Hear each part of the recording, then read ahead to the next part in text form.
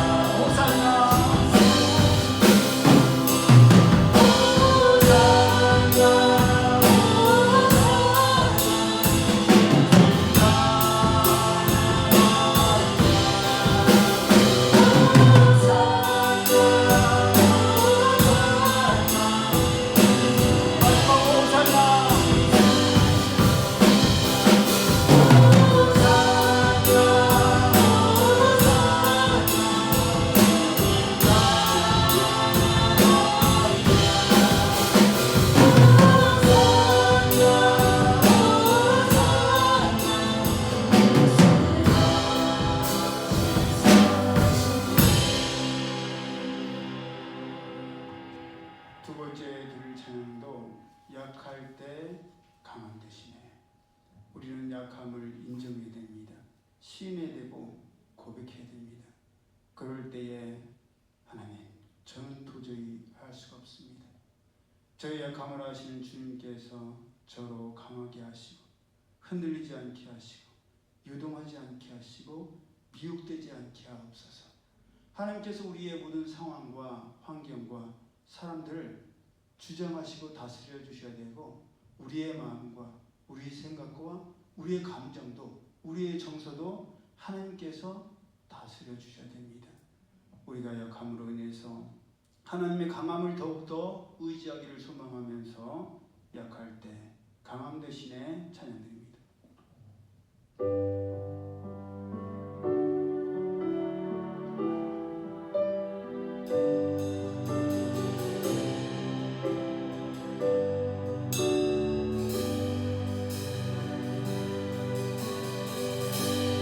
약할 때 강함 대신에 나의 보배가 되신 주 나의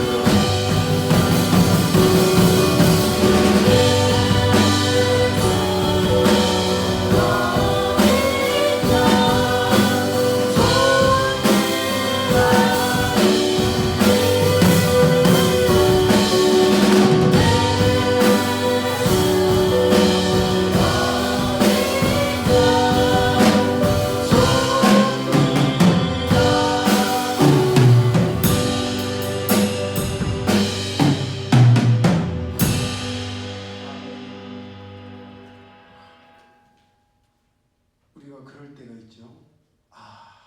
하지 말았어야 되는데, 말하지 말았어야 되고, 하지 않았어야 되는데, 뒤늦게 후회할 때. 세상 일에는 우리가 실패할 수 있습니다. 하지만 하나님께서 우리를 그냥 혼자 쓰러지도록 내버려 주지 아니하시고 우리를 붙드시고 우리와 함께 동행하신 줄로 믿습니다. 우리를 다시금 일으켜 세우시고 다시금 회복시키시고 새롭게 하시는 하나님의 능력을 의지하면서 세상 일에 실패했어도 찬양합니다.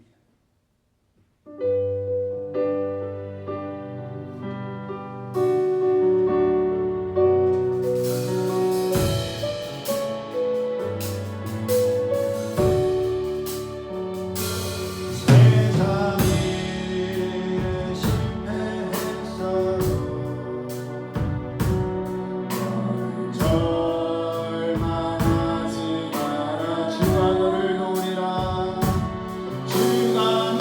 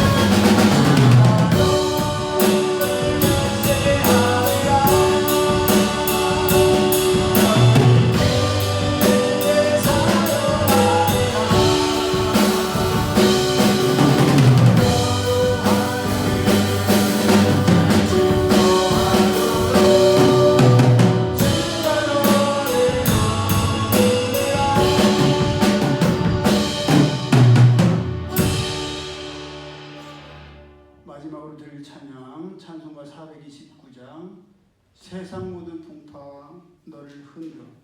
세상은 우리를 흔들려고 하지만 우리는 그 흔듦으로 인해서 더욱더 꽉 채워질 줄로 믿습니다. 찬양드립니다.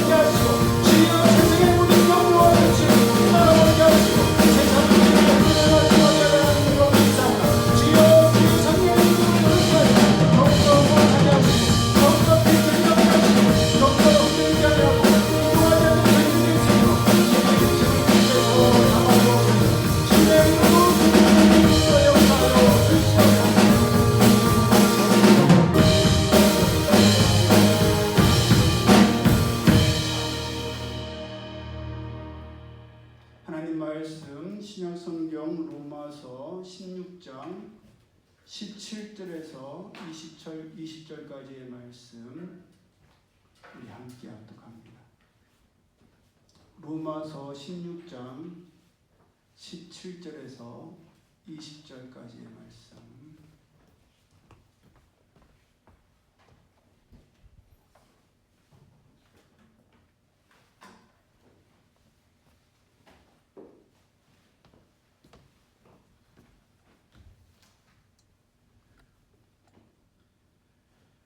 함께 합독합니다. 시작. 형제들아, 내가 너희를 권하노니 너희가 배운 교훈을 거슬러 분쟁을 일으키거나 거치게 하는 자들을 살피고 그들에게서 떠나라. 이 같은 자들은 우리 주 그리스도를 섬기지 아니하고 다만 자기들의 배만 섬기나니 교활한 말과 아첨하는 말로 순진한 자들의 마음을 미혹하느니라. 너희의 순종함이 모든 사람에게 들리는지라. 그러므로 내가 너희로 말미암아 기뻐하노니 너희가 선한데 지혜롭고 악한데 미련하기를 원하노라. 평강의 하나님께서 속히 사탄을 너희 발 아래에서 상하게 하시리라. 우리 주 예수의 은혜가 너희에게 있을지어다. 아멘. 우리가 함께 합독한 말씀을 본문으로 너희가 선한데 지혜롭고 악한데 미련하기를 원하노라 라는 제목으로 함께 은혜를 나누기를 원합니다. 시편 1편에 복 있는 사람은 악인들의 꾀를 따르지 아니하며 죄인들의 길에 서지 아니하며 오만한 자들의 자리에 앉지 아니하고 라고 하신 말씀처럼 우리는 악인들에게는 근처에도 가까이 가서는 안 됩니다. 디모데후서 3장 5절에도 경건의 모양은 있으나 경건의 능력은 부인하는 자니 이 같은 자들에게서 내가 돌아서라 라고 말씀하셨고, 또 본문인 로마서 16장 17절에도 형제들아 내가 너희를 권하노니 너희 교훈을 거스려 분쟁을 일으키고 거치게 하는 자들을 살피고 저희에게서 떠나라 라고 말씀하셨습니다. 요한 2서 1장 10절에는 누구든지 이 교훈을 가지지 않고 너희에게로 나아가거든 그를 집에 들이지도 말고 인사하지도 말라. 그에게 인사하는 자는 그 악한 일에 참여하는 자임이라 라고 말씀하셨습니다. 그러니 완악하고 강팍한 이 세대를 살고 있는 우리 모두는 어느 시대보다도 더 분별력을 가지고 우리가 처한 상황과 환경 속에서 내가 누구를 만나고 누구에게 속해야 하며 어디에 거해야 하는지를 잘 살펴서 지혜롭게 행해야 합니다. 하나님의 말씀이 어긋나거나 우리가 이제껏 배워온 교훈을 거슬러 분쟁을 일으키거나 거치게 하는 사람들을 잘 살펴서 그들에게서 돌아서야 하고 그들에게서 떠나야만 합니다. 하나님께서 왜 아브라함에게 너는 본토 친척 아비집을 떠나라고 말씀하셨겠습니까? 왜 그랬겠어요? 그것을 떠나지 아니하고 그 사람들을 떠나지 않고는 믿음의 주상이 될 수 없기 때문이에요. 믿고 의지했던 모든 것에서부터 돌아서지 않고는 하나님만을 온전히 의지할 수가 없고 하나님만을 온전히 의뢰하지 않기 때문에 오직 하나님만을 의지하고 하나님만을 의뢰할 수 있는 곳으로 가라고 하신 것입니다. 또한 그렇게 떠나라고 하신 것은 공간적인 떠남뿐만 아니라 우리로 하여금 옛사람, 옛것과는 완전히 결별하고 돌아서라는 말씀이요, 옛사람이 죽어야만 한다는 것을 말씀하시는 것입니다. 이것은 모든 관계와 결별하고 모든 관계를 끊으라는 그런 극단적인 말씀이 아닙니다. 우리 스스로가 하나님께서 기뻐하시고 온전하시게 여기시는 것이 무엇인지 분별하여서 하나님께서 기뻐하시지 않는 것들로부터 돌아서고 떠나고 그런 것들에 대해서 죽어야 한다는 말씀입니다. 사도행전 20장 9절을 보면 한 청년의 이야기가 나옵니다. 사도 바울이 드로아에서 밀레도로 가기 전 마지막 말씀을 전할 때에 그 설교가 밤중 늦게까지 계속되자 윗다락에 창에 걸터 앉아서 깊이 졸다가 3층에서 떨어져 죽은 청년의 이름이 누군지 기억나세요? 짐작하고 있었잖아요. 얘기 나올 때부터. 누구? 전에도 한번 나왔었는데. 힌트? 우리 사모님이 제 아내랑 성이 비슷해요. 응? 너가 사모 성이 느씨예요? 유도가잖아, 유도가. 그럼 뭐겠어요? 지금 거의 다 맞추셨네. 유두고. 예. 유두고라는 청년이 사도 바울의 설교가 얼마나 길었는지 설교가 밤중까지 계속되었고, 그로 인해서 젊은 청년들의 집중력이 어떻게 돼요? 흐트러지죠. 우리 청년들의 특징이 양은 냄비지 않습니까? 금방 뜨거워졌다가 금방 식어요. 막 찬양할 때는 우후 막 그랬다가 찬양 딱 끝나고 나면 다 졸아.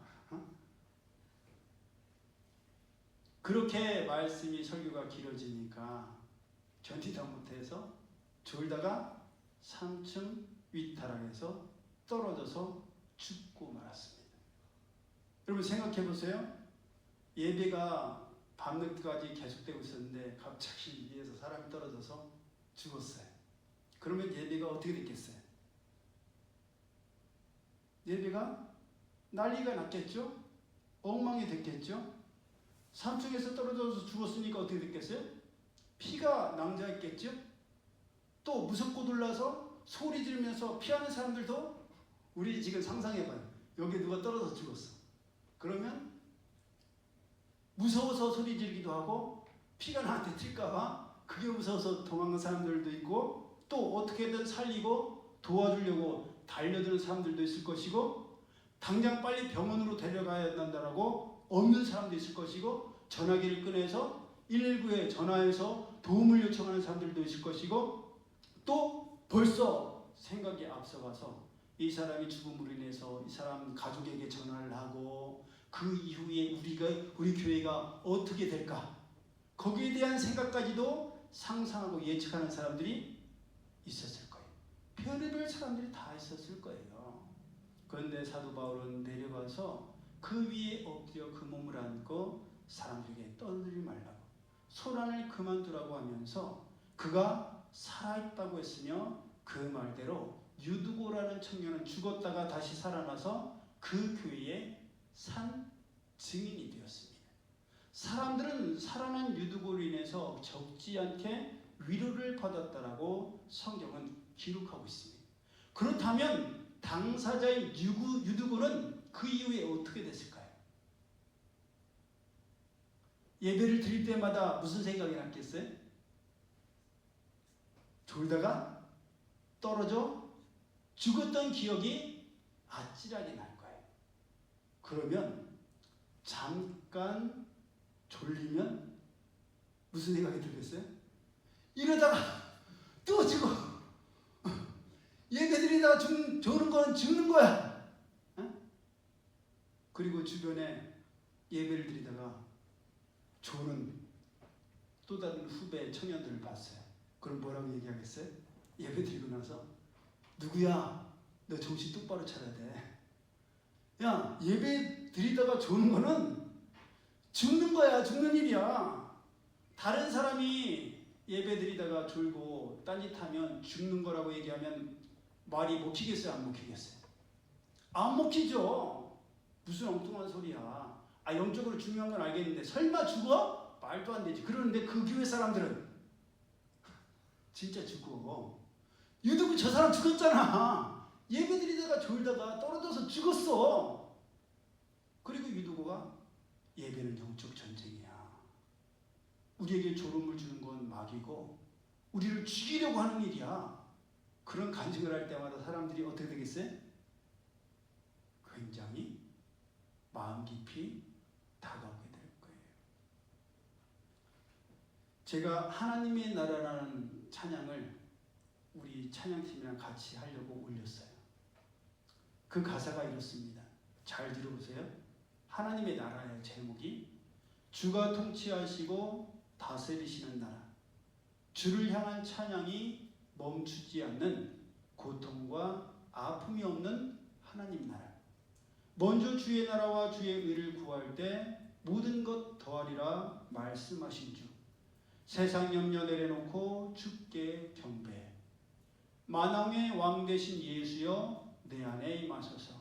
주의 나라 내게 임할 때 나 외쳐 선포해. 하나님의 나라 내 안에 이루소서. 주가 다스리시는 그 나라. 주의 나라 임할 때 모든 두려움 사라져. 내 안에 주의 나라 세우시네. Your kingdom come. 주님의 나라 임하시고 Your be done. 주님의 나라는 이미 우리 가운데 이루어졌으며 In our hearts, O God. 우리 마음속에 오 하나님. 처음에 유튜브로 이 찬양을 들을 땐 그저 그랬어요. 왜냐하면 박자와 음정이 저에게는 평온하거나 익숙한 그런 것이 아니었기 때문에 굳이 이 찬양을 드려야 하나 싶었어요. 그런데 우리 현지가 목사님께서 먼저 솔선수범을 하셔서 새로운 찬양도 익히시고 하셔야 저희도 따라할 거 아니에요. 그래서 제가 그래 너네 때문에라도 내가 한다. 그리고 마음을 먹었어요. 또한 이재진 목사님께서 이 찬양을 하시는데 그 가사가 너무 현재의 목사님 형편과 사정에 딱 들어맞는 내용들이었습니다. 처음에는 고통과 아픔이 없는 나라. 여러분 고통과 아픔이 없는 나라 하면 뭐가 떠오르세요? 천국. 그렇죠. 천국. 가장 먼저 요한계시록 21장 3절과 4절의 말씀이 떠오릅니다. 내가 들으니 보좌에서 큰 음성이 나서 이르되 보라 하나님의 장막이 사람들과 함께 있음에 하나님이 그들과 함께 계시리니 그들은 하나님의 백성이 되고 하나님은 친히 그들과 함께 계셔서 모든 눈물을 그 눈에서 닦아주시니 다시는 사망이 없고 애통하는 것이나 곡하는 것이나 아픈 것이 다시 있지 아니하리니 처음 것들은 다 지나갔음이로라. 그래서 장례 예배를 드릴 때 집례를 할 때 이 말씀은 꼭 나옵니다. 하나님 사랑하는 누구누구 성도님을 다시는 눈물을 흘리지 아니하고 사망이나 애통하는 것이나 곡하는 것이나 아픈 것이 없는 하나님 나라로 데려가시니 참으로 감사합니다. 우리 원로 사모님께서 함께 하실 기도의 동역자 가운데 한 분이 자기 몸이 아프셔갖고 병원에 걸어서 입원하셨는데 어제 그저께 하나님 나라로 돌아가셨어요. 입원하셔서 중환자실로 가시더니 폐렴으로 진행이 되어서 갑자기 그렇게 하나님 나라로 돌아가셨습니다. 많은 사람이 슬퍼하지만 또 다른 측면으로 보면 그렇게 아프셨는데 이제는 아프지 않는 하나님 나라로 가게 되었으니 이것 또한 우리의 믿음의 눈으로 보면 기쁜 일인 줄로 믿습니다. 그렇게 다시는 아픔이 없고 눈물이 없고 애통이 없는 것이 하나님 나라인데 그래서 저는 목사님께서 많이 안 좋아지셨나? 돌아가실 것 같은 건가? 그런 생각이 들었어요. 그런데 그건 아니었어요. 하나님께서 친히 그들과 함께 계시다. 그러면 떠오르는 단어가 있어요. 뭐예요? 생각해보세요. 네 글자예요. 하나님께서 우리와 함께 계시다. 그렇죠. 임마누엘. 보라 처녀가 잉태의 아들을 낳을 것이요 그 이름은 임마누엘이라. 이를 번역한즉 하나님께서 우리와 함께 계시다 함이라. 예, 우리와 함께 계시는 하나님 임마누엘의 하나님, 말씀이 육신이 되어서 우리 가운데 오신 예수님, 그렇게 예수님께서 우리 가운데 임마누엘의 하나님으로 오심으로 인해서 실제로 예수님께서 죽었던 야이로의 딸이나 나사로를 살리셨고 아픈 자들을 낫게 하심으로 슬퍼하고 곡하려고 했던 사람들이 슬퍼하거나 곡할 이유가 없게 하셨어요. 12해나 혈루증으로 아팠던 여인이 깨끗함을 받게 되었던 것처럼 다시는 사망이 없고 애통하는 것이나 곡하는 것이나 아픈 것이 다시 있지 않다는 말씀을 예수님께서 친히 이 땅에 오셔서 이루셨습니다. 그래서 목사님께서 만일의 경우를 생각하셔서 하나님의 나라를 떠올리신 것이 아닌가라고 했는데, 찬양을 드리시는 가운데 그것이 아니라는 걸 알게 되었어요. 목사님께서 찬양하시는데 제가 찬양하고 박자를 맞출 때는 별 힘이 없었는데, 목사님이 전에같이 목소리도 잘 안 나와요. 위암이라 지금은 뭐 살이 쏙 빠져갖고 엉덩이 살은 바람 빠진 풍선 같아요. 헐렁헐렁해요. 그러니까 목소리도 안 나오는데도 그 목소리로 하나님 나라를 찬양하시는데, 제가 반주를 하는데 닭살이 돋는 거예요. 여러분, 하나님께서 이 찬양을 기뻐 받으시는구나. 하나님께서 우리 이재진 목사님 가운데에 하나님의 나라를 이루고 계시는구나. 그게 느껴졌어요. 그래서 제가 찬양 끝나고 나서 목사님 이 찬양 꼭 합시다. 목사님 축하합니다. 위암을 통해서 목사님의 영성이 회복되는 것 같아서 너무너무 감사합니다. 예, 목사님께서 찬양 드리시니까 그 하나님의 나라라는 찬양이 이전과는 전혀 다르게 새롭게 다가왔고 너무너무 은혜와 감동이 되었습니다. 여러분, 유두고가 새롭게 되는 것처럼 목사님께서 질병의 과정을 통해서 새롭게 되고 계시는 것처럼 옛사람은 날마다 죽고 임마누엘의 하나님과 함께 동행하는 거룩한 새 사람으로 날마다 새롭게 태어난 우리 모두가 되기를 예수님의 이름으로 축복합니다. 아멘. 성경으로 돌아가서 성경의 대표적으로 배운 교훈을 거슬러 분쟁을 일으키거나 거치게 했던 자들이 있습니다. 누가 있을까요?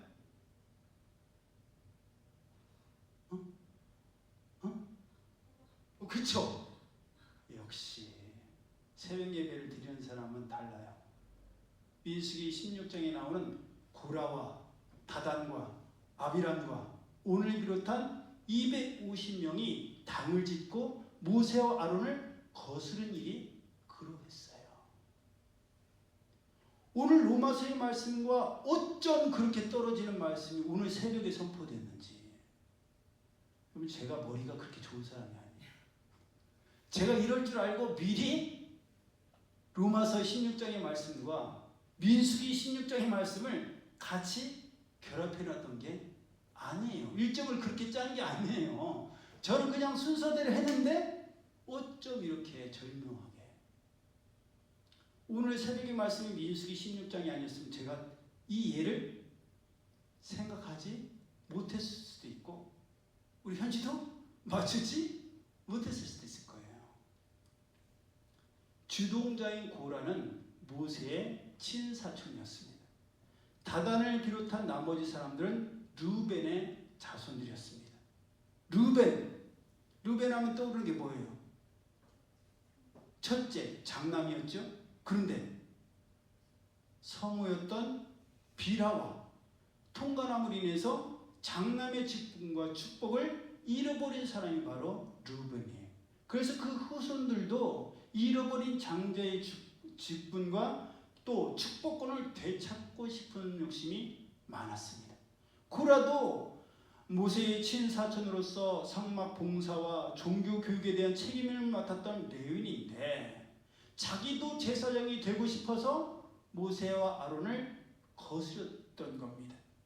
자기도 제사장이 되고 싶고 자기들도 장자의 축복과 직분을 회복하고 싶었던 자들이 저마다의 바람과 욕심을 가지고 당을 지었고 그렇게 무리를 지어서 모세와 아론을 거스렸던 겁니다. 불과 얼마 전만 하더라도 모세의 친누나 미리암이 모세를 비방하고 지도권에 대해서 대들었다가 나병이 걸렸는데도 불구하고 그것을 언세 잊은 채 또 더 많은 무리들이 당을 짓고 모세와 아론을 거스리고 그들에게 반역의 깃발을 높이 들었던 겁니다. 하나님께서 그런 고라의 무리들을 그냥 내버려 두지 아니하시고 그들을 멸하시기 전에 그들 주변에 있던 이스라엘 백성들에게 고라와 다단과 아비람의 장막 사방에서 떠나라고 말씀하셨습니다. 본문 17절에서 교훈을 거슬러 분쟁을 일으키거나 거치게 하는 자들을 살피고 그들에게서 떠나라 하는 것과 같은 맥락이었습니다. 그들 주변에 있던 자들이 그들 곁을 떠나자 하나님께서는 땅이 입을 벌려서 그들과 그들의 집과 고라에게 속한 모든 삶과 재물을 삼키게 하셨습니다. 성경을 보면 그들의 처자와 유아들도 다 함께 땅에 삼킨 바 되었다라고 기록되어 있습니다. 죽은 뒤에 삼킨 게 아니라 산채로 땅에 빠진 거예요. 오늘날로 치면 지진, 블랙홀, 땅이 갈라지고 글로 빠져갖고 사람들이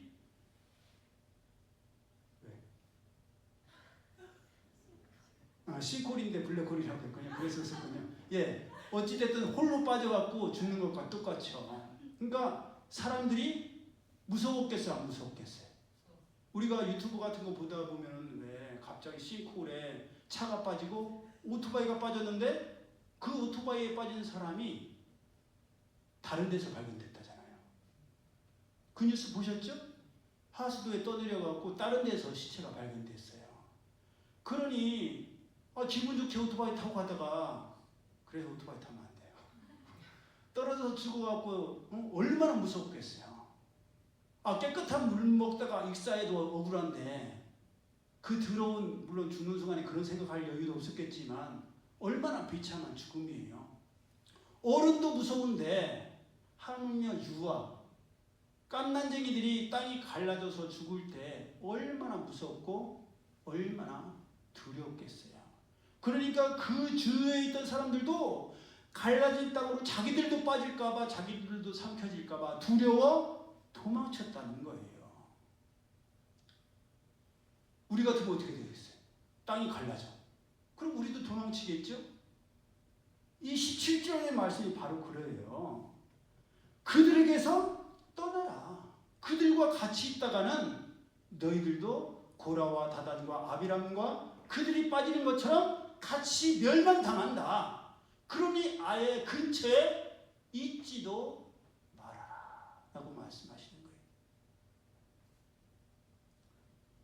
고라와 다단과 일당들이 땅이 갈라져서 삼킨 뒤에도 그들과 뜻을 함께 했던 250명의 지휘관들에게도 하나님의 불이 임하여 그들도 불살라 죽었습니다.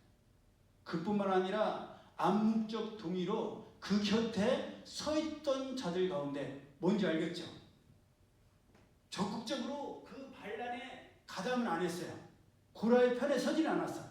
근데 옆에서 팔짱 끼고 그래, 좀 그렇다 생각해. 좀 억울해. 아니라고 생각해. 불평하고 원망하는 사람들. 내가 입을 벌려서 고라의 편이라고는 할 수 없지만 그래, 왜 하나님께서는 아론의 아들들한테만 제사장을 하라고 하시고 다른 사람도 할 수 있는 사람 있잖아. 그렇게 생각하는 사람들.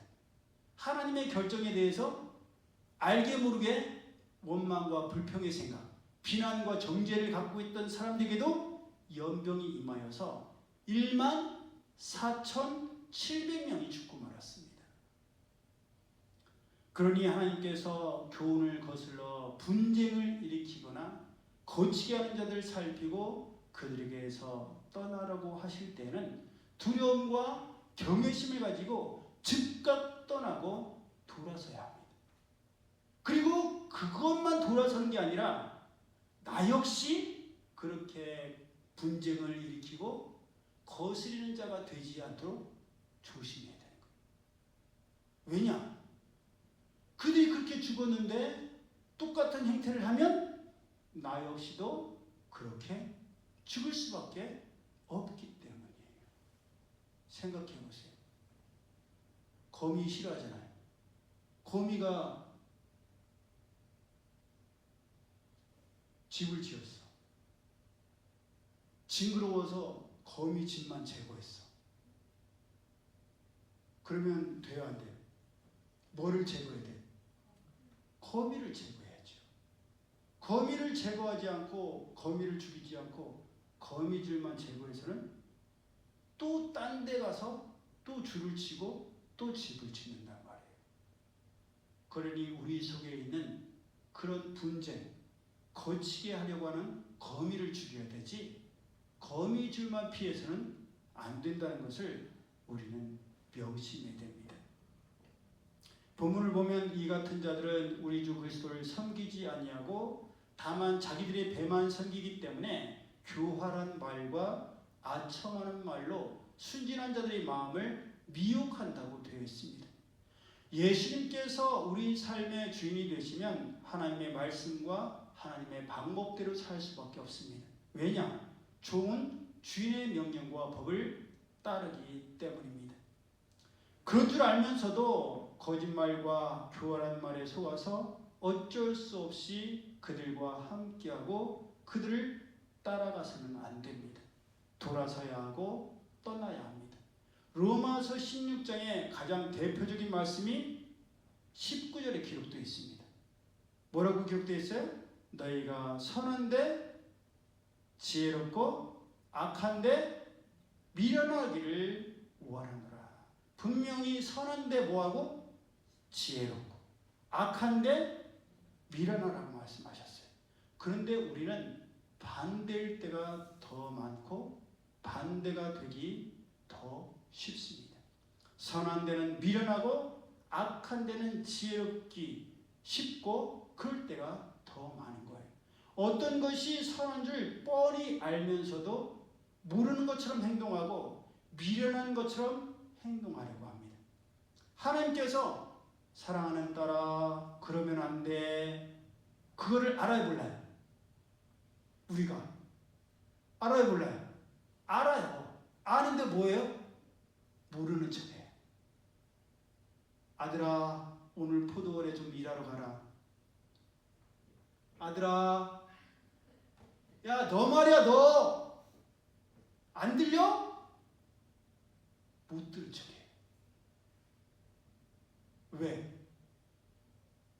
왜 못 들은 척해요? 들으면 해야 되니까. 들으면 해야 되는데 하기는 싫고 가기는 싫으니까 못 들은 척하는 거예요. 들었으면 어떻게 돼요? 대답을. 여러분 들었으면 대답을 해야 돼야 돼요. 해야 되죠? 대답을 해야 되는데 대답하고 나서 안 하면 마음이 불편하니까 대답도 안 하는 거예요. 아멘 해야 되는 거 알면서도 아멘 하면 해야 되니까 아멘 안 해. 그 모든 것이 다 선한데 미련한 척하는 것이고 선한데 미련하라고 하는 거예요. 선을 행할 줄 알면서도 하지 않는 것이 뭐예요? 죄예요. 죄.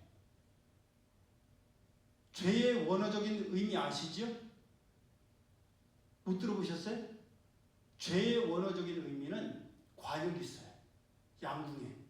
관역에 활을 당겨서 화살을 써서 가운데 맞출 수가 있어. 그런데 안 맞추는 거예요. 할 수 있는데 안 해. 이쪽으로 쏘지 않고 반대로 쏴버려요. 할 줄 알면서도 행하지 않는 것. 불순종이 바로 죄예요. 그럼 죄를 너무 거창하게 생각하지 마세요. 사람을 죽이고 사기를 치고 거짓말을 하고 도둑질하고 그거는 죄의 모습일 뿐이지 죄의 근원적인 내용은 불순종이에요. 하나님께서 말씀하시는데 말씀대로 살지 않고 하나님께서 부르시는데 대답하지 않고 하나님의 뜻이 무엇인지 알면서도 하지 않는 것. 그게 바로 죄입니다. 반면 악한 데는 미련해서 무엇을 어떻게 하는지 몰라서 하지 않거나 알면서도 하지 않으려고 해야 되는데 조금이라도 이익이 되고 조금이라도 변화할 수 있다면 거짓 알리바이를 만들고 거짓말을 하거나 편법을 통해서라도 이익을 얻으려고 해요.